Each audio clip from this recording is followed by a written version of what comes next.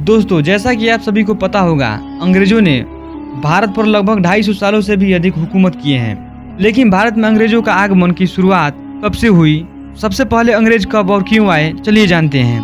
दोस्तों, भारत की शासन व्यवस्था और अद्भुत कला का वर्णन के लिए सदियों से विदेशी इतिहासकारों और व्यापारियों का आगमन रहा है, जिसमें मुगलों से पहले पुर्तगाली आए और मुगल सल्तनत की स्थापना के बाद कई यूरोपीय देशों की नजर भारत पर पड़ी।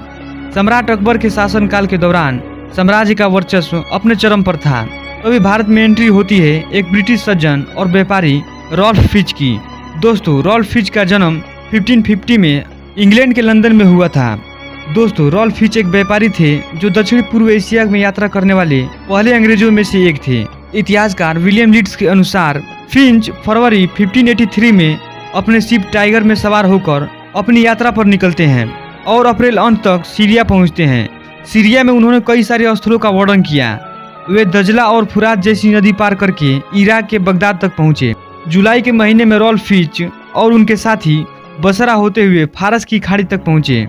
यह होमुर्ज के व्यापारियों का व्यापारिक केंद्र था। यहाँ वेनिस के व्यापारियों के कहने पर रॉल्फ फिच सहित उनके साथियों को गिरफ्तार कर लिया गया और इन्हें पुर्तगालियों का व्यापारिक क्षेत्र गोवा पर ले जाया गया और इन्हें अगस्त 1583 में इन्हें गोवा के जेल में डाल दिया गया। और अप्रैल 1584 में फिंच और उनके साथी न्यूवेरी और लीड्स पुर्तगाली की कैद से भाग निकले और भारत भ्रमण करना चाहा।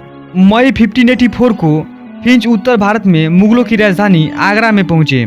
फिंच अपनी पुस्तक में लिखते हैं कि मैंने आगरा जैसी राजधानी शहर पहली बार देखा था जो बड़ी बड़ी भव्य इमारतों से भरा हो। फिंच ने ऐसा दृश्य देखकर दंग रह गया। फिंच की नजर भारतीय पहनावा और सोने चांदी के आभूषण पर गया। फिंच ने इन सारी घटनाओं का उल्लेख अपनी पुस्तक में किया है। फिंच ने आगरा में अपना पहला कदम अकबर के दरबार फतेहपुर सीकरी में, जहाँ की जनसंख्या देखकर फिंच दंग रह गया। राज्य की जनसंख्या लंदन से भी दोगुनी थी। फिंच दुनिया भर के व्यापारियों से मिला और अपनी भारत भ्रमण को जारी रखा। फिंच इलाहाबाद होते हुए बिहार पहुंचा और पूर्वी भारत का भी भ्रमण किया।